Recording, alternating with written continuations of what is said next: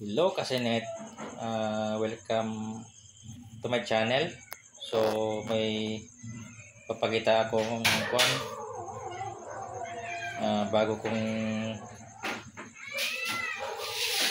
bagong design. So ito yung mayroon siyang anti-liyab. Pag mo napawan, hindi nagliliyab. So anti-apoy ito at saka anti-uling. Hindi siya talaga nag-uuling kasi walang apoy sa labas, sa loob lang. Kaya ganyan pa rin yung kalan namin, kaldero namin, kinis pa rin. So nasubukan na to. So ito, pagka gusto mong puti pa rin yung kaldero, itong gagamitin mo. Ngayon, double ang gagawin ko to, double impact chamber. Mayroon ding pinaka-ordinary talaga. Pag kinalas ko yan, sasalpakan ko yan ng isang chamber na expose lang yung apoy dito, yung ganun lang yung apoy talaga dyan, para pwede mong salangan ng malaking kardero, malaking kawali din pwede. Pinaka-ordinary talaga yun. So wala, kasi yung pinaka-ordinary talagang malakas ang apoy. Kuno lang yun, ingat lang. So pagka gusto na natin anti-apaw, ito lang ilalagay natin. Tapos ano pa to, pwede kong kargahan ito ng 3 chamber na dito lang sa taas ang natatanggal, kasi pwede rin lagyan ito ng total splash proof, total talaga, yung kahit nabuhusan mo na hindi siya mamamatay apoy, pwede rin, kasi ditanggal nga siya lahat, pwede lahat ng paraan dito pwede. Ito anti-uling. So anti-uling itong pinakamaganda kong gawa. Ito yung pinakamaganda ngayon ng gawa ko dahil wala yung uling. At yung splash proof, kahit splash proof hindi siya nagliliyab, pero yung apoy nun makakauling pa rin kasi nasubukan ko na. Yung dito sa gilid lumalabas yung apoy sa splash proof. Nag-uuling pa rin, pero ito talaga ang walang uling. Subok na talaga ito, walang uling kasi walang lumalabas na apoy sa labas. Kaya yung kardero sa gilid walang uling. Dito lang sa puwet, mayroon siyang kunting uling. Parang ganito. Pakita ko. Kasi nito, yan lang sa kardero. Yan lang sa puwet, pero sa gilid wala siya.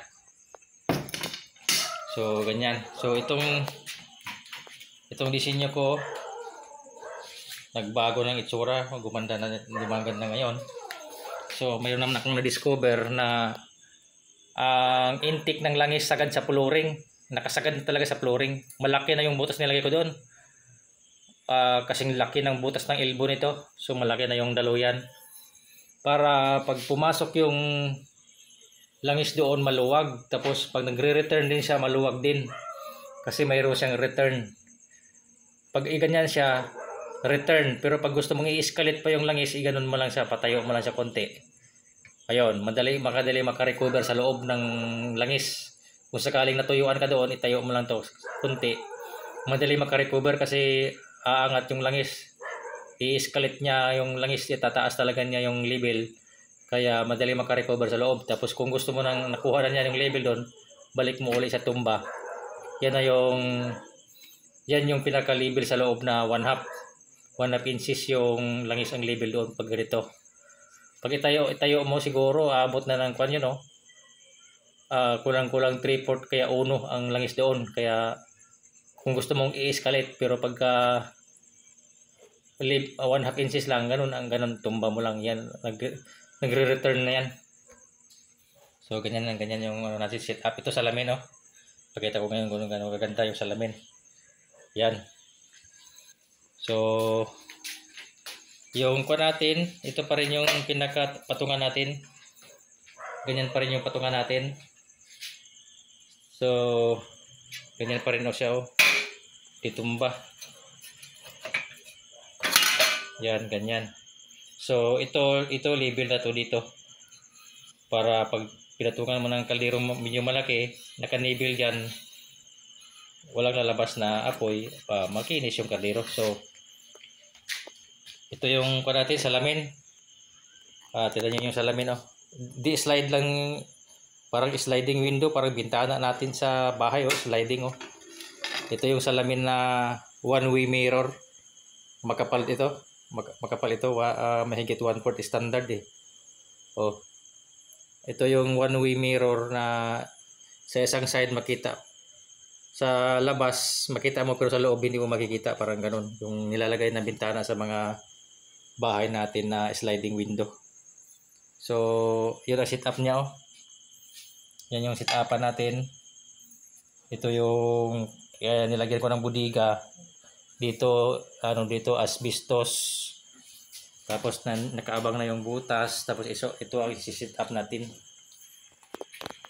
Ito switch ng ilaw, ito sa speed regulator. Ito yung pang battery. Ito yung three-way na toggle switch para pag sa kuryente ka dadaan sa dito, pupunta siya doon sa toggle switch bago pupunta dito sa speed regulator. Tapos pagka battery naman, ibaba natin ito. Dito na naman siya kukuha ng power. Papunta rin siya ulit dito sa toggle switch. Punta rito, tapos bago siya mag-supply siya doon, mayroon na siyang kuryente. Tapos yung sa motor, pagbalik niya, pagpalo niya, pupunta naman siya dito uli. Pupunta naman siya dito sa mil connector, pupunta sa blower, ganyan para plug in lahat. Para pag nasira, pwedeng hugutin lahat plug in. Ito naman plug in. Walang naka-tip, puro plug in lahat para maganda yung setup na ganun, plug in. Ganyan. So, ganito ang with ignition switch. Mayroon tayong ignition switch oh. Yan, tapos salamin. So, pag ilagay natin ito yung dito yung salamin. Kasi pinag-isipan ko kasi nito, yan ang ganda na. Oh, bumalik na oh. Salpak lang yung salamin doon, may release. Kasi gusto ko sanang lagyan ng stainless, mahal ang stainless. Hindi tayo makatingi-tingi ng stainless, kaya salamin pwede tayo makatingi-tingi. So, tingnan ko to kung hindi ba ito masira sa init. Pero palagay ko hindi, kasi malayo yung chamber, nandito lang siya sa baba. Imposible naman, sobrang init na talaga. Hindi naman basta-basta rin mabasag yung salamin kung ganyan yung distansya niya. Layo naman na. So, pag kunting punas mo lang, kinis. Kasi salamin oh. Tingnan nyo oh. Tingnan nyo kasi net yung nag-back. Oh, bumabalik yung cellphone ko. Nakikita nyo kasi salamin talaga. Ito yung salamin na one-way mirror. Yun oh. Kinis. So, kahit magluto ka dito, magsipagtalsikan, punas mo lang. Ayan. So, makinis na. Built-in tang. So, ito yung set-upan natin oh. Ito dito toggle switch. Ito sa ilaw dito. Speed control dito. Tapos yung mil connector dito. Tapos ignition switch dito sa baba. Tapos ito naka-built-in. Itong controller na to naka-built-in dito oh, sa likod. Naka-built-in yan, nakakabit na doon. Para pagka gusto mo yung kuryente. Pag battery. So, ganyan, abangan nyo makasinit. Dahil pinaganda ko ito para medyo maganda naman tingnan at saka yung performance niya. Hindi na mag-uuling yung kardero kasi anti-uling talaga ito. Tapos lagyan ko pa ng ordinary para pwede rin na pang malakihan konting salang, kasi pag lagyan ko to ng ordinary, so lalaki rin yung apoy dyan. Kasi ito hindi nga lalabas yung apoy dito eh. Sa loob lang. Pero itong diameter na to, malaki na to, kulang-kulang size na ito. Kaya katamtama na to sa mga kardero na isasalang. Parang ganito. Oh, tingnan kasi nito. Oh, yan, kaya halos apat kami kumakain, hindi na pinangin maubos nitong to. pag napuno sa kanin. Kaya tingnan nyo, tamtama na sa puwit. Pero pag naapawan yan, hindi siya nagliliyab. So kaya makinis pa rin yung kardero natin sa invento na to, kasi hindi sila lumalabas yung apoy. Pero gagawa ito, sasalpakan ko to ng tatlong block, parang cylinder block ito kasi nahuhugot to. Parang tatlong cylinder, ganon. So ito para anti-uling, tapos sasalpakan ko siya ng ordinary para pang malakasan, tapos sasalpakan pa siya uli ng totally splash proof, yung kahit masabuyan siya hindi siya talaga magliliyab, ganon. Para pagpilian kung anong iluluto mo, pagpilian mo yung pinaka black, pinaka cylinder. So ito, kung gusto mong ayaw mag-uling kaldero mo, ito lagay mo. Kung gusto mo yung malakas na apoy, gamitan mo ng ordinary. Kasi madali lang man, isasalpak lang man eh. Kompleto naman, mayroon na naman carbon breaker, mayroon siyang output ng spark plug, kompleto sa baba, wala nang problema sa baba. Ito na lang ang gagawin mo, kalahati, salpak na lang doon. Kaya pwedeng gawan to ng tatlo: anti-uling, ordinary, at saka yung totally splash proof. So abangan nyo ito kasi net pagka natapos na itong setup na to, dahil mahirap din talaga magawa ng ganito ka ganda, mahirap din gawin.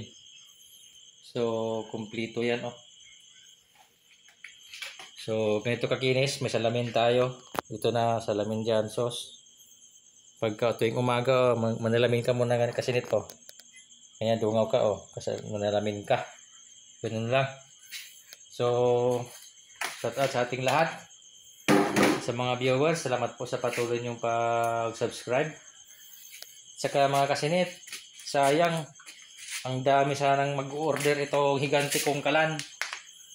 Daming mag-order, kaso lang wala kung makitang malaking tubo dito sa Pangasinan.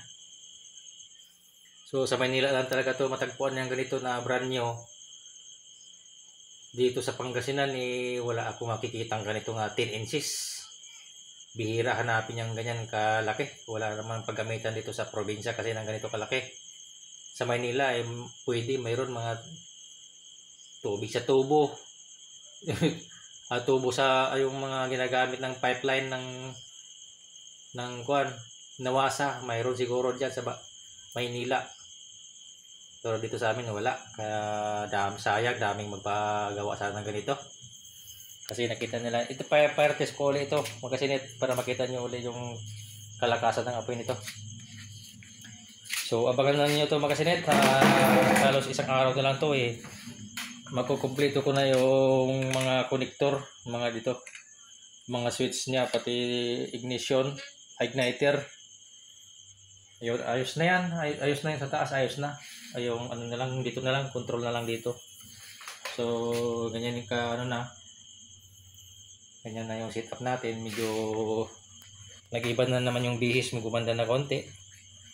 So nagsalamin dito kay imbes stainless, mahal kasi hindi ka makatingi. Pero pag salamin makatingi. Pwede rin siguro pag tiles. Wag ko lang yung tiles makasinit kung maganda rin siguro pag yung medyo makapal lang konti. So mga hanggang dito na lang po. Salamat sa mga viewers na patuloy na sumusuporta at saka yung mga supporter ko. So sa mga nagtatanggol mga kasinit, hindi talaga maiwasan, sige lang, bayaan natin sila mga kasinit. Importante nagpatuloy tayo sa paggawa sa invention natin na habang tumatagal gumaganda rin, ganun lang, kasi ganoon na naman yung mga customer, hindi na naman natin talaga pipilitin sila, dito kayo sa maganda kong gawa. So pagpilian naman natin sila kasi naka-upload to sa YouTube. So daming gumagawa, so sila na lang ang magsa-shopping kung saan ba nila gusto. Ganun lang makasinit, walang kompetensyahan to. Ano lang to, trabaho lang talaga ito. para ikakabubuhay din natin. Kung dito sila sa gawa ko, maraming salamat din po. Kung doon naman dun sa iba, maraming salamat din kasi nangangailangan din tayo ng ano talaga natin, hanap buhay. So, ano na lang to. Kung mayroong pupunta sa akin, so maraming salamat din. So, ganyan na lang po. So, ganyan yung setup natin. Pag nabihisan na yan ng mga kuan makasinit, lahat ng control, so mag-function na yan. Sundo na naman natin i-testingan para makita natin yung kagandahan. So, nandito na lang po. Maraming salamat sa atin lahat.